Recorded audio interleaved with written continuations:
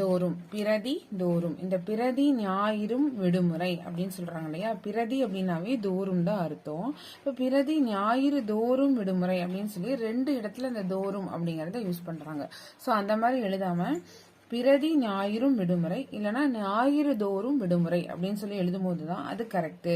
ஏன்னா பிரதி தோறும் ரெண்டுமே ஒரே பொருளை தரதுனால 2 முறை வார்த்தைகளை திரும்ப திரும்ப பயன்படுத்தக்கூடாது, பிழை ஏற்படும் அப்படின்னு சொல்றதுதான் இதோட அர்த்தம். அடுத்தது வேண்டும் வேண்டாம். வேண்டும் வேண்டாம். வேண்டும் அப்படிங்கிறது உடன்பாட்டு சொல். எனக்கு கண்டிப்பா இந்த புத்தகம் வேண்டும் அப்படின்னு சொல்றது உடன்பாட்டு சொல். வேண்டா அப்படிங்கிறது எதிர்மறை சொல். இப்ப வேண்டு கூட்டல் ஆ அப்படின்னு பிரியும். இப்ப வேண்டாம்னு போட்டோம்னா வேண்டு கூட்டல் ஆம், அது உடன்பாட்டு சொல்ல மாறிடும். அதனால நமக்கு வேணாம் அப்படின்னு சொல்றத வேண்டாம்னு சொல்லாம வேண்டா அப்படின்னு தான் சொல்லணும் அப்படின்னு சொல்றாங்க. அடுத்தது ஆகாது. ஆகாதுன்னா ஒருமை, ஆஹா அப்படின்னா பன்மை. இது ஆகாது, இவை ஆகா அப்படின்னு சொல்லணும். ஒருமை பன்மைக்கு மாறுபடும் சொல்றாங்க. அடுத்தது அவனுக்கு ஒரு மகன் ஒருவன் இருந்தான். இருமுறை வர்றது ஒரே வார்த்தை 2 இடத்துல வந்துச்சு அப்படின்னா அதை பிள்ளை அப்படின்னு சொல்றாங்க. அதுக்கு அடுத்தது ஓ ஏனும் ஆவது. ஓ ஏனும் ஆவது.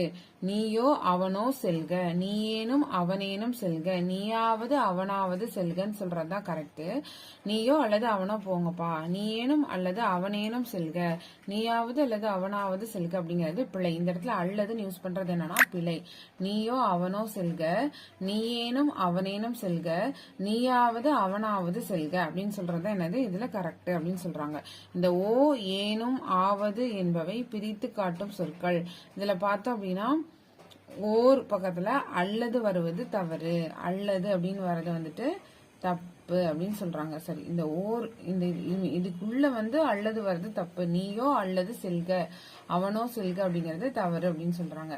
நீயோ அவனோ செல்க, நீயேனும் அவனேனும் செல்க, நீயாவது அவனாவது செல்க. அடுத்தது தன் தம்.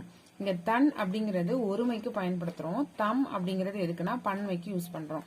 தன்னுங்கிறது ஒருமை. அவன் தன்னுடைய கடமையை செய்தான், அவன் தன்னுடைய கடமையை செய்தான். இதுல ஒருவன் தன்னோட கடமையை அவன் செஞ்சிருக்கான். அடுத்து தம்ங்கிறது பன்மைக்குரியது. மரியாதை கருதி ஒருமை இடத்துலயும் சில இடத்துல தம் யூஸ் பண்ணுவோம். வள்ளுவர் தம்முடைய நூலை செவ்வையாக இயற்றினார். இங்க ஒருத்தர் தான், ஒருமைதான்.